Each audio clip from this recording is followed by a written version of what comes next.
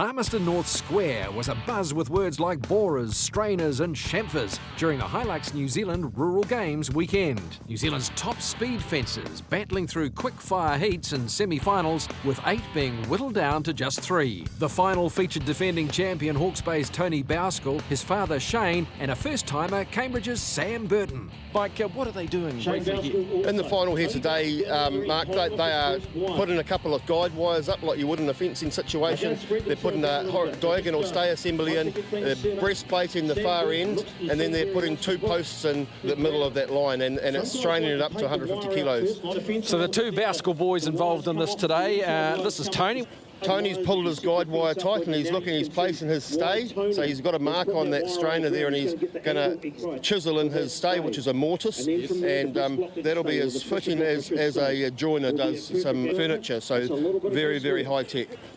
So Shane's come from the other end of the field, and what's he doing here? So what Shane's doing here is digging in what's called a breast block or a block, and we're using a half round block this morning, and that has to be 50 mil below ground level. So he's making that the hole about 6 inches or so down. So watching this, it's have to be centred on that strainer. So he's measuring the block there to make sure the competition's sort of in the right position. You know? What does that half round actually do? Is it just secure it up?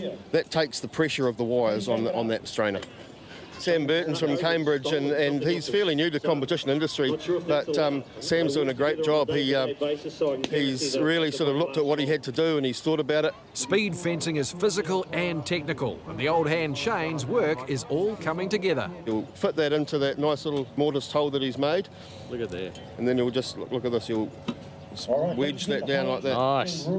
That's exactly what you want to do. Perfect. Sam's just putting his post in now, so he's got that borer going hard. He's got a good line. He's got a very good line. There's no stones in that hole like there was with Shane previously. Making sure he goes deep enough but not too deep.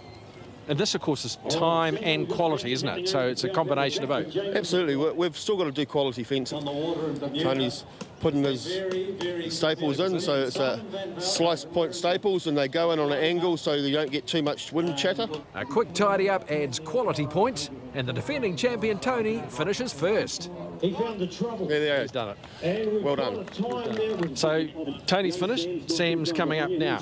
So here we go, now he's got his final 2 twists. Final 2 twists on this. Little flick, there he goes. That's a completed knot and very professionally done. He's done. Well on you. So he won the race, and the judges said he had quality workmanship too. So Tony Bowskill retains his title, Hilux New Zealand Rural Games Speed Fencing Champion, with his father Shane having to settle for 2nd this year, and Cambridge's Sam Burton in his first final in 3rd. Do you enjoy the speed fencing? Yep, very much. It's quite good, yeah. What is it about it that you like? Oh, just the competition and just really the physical challenge, really. So, And the pressure, do you feel the pressure? yeah, before we start I do. And then once we're into it, yeah, it's just go same as at work, go hard as you can.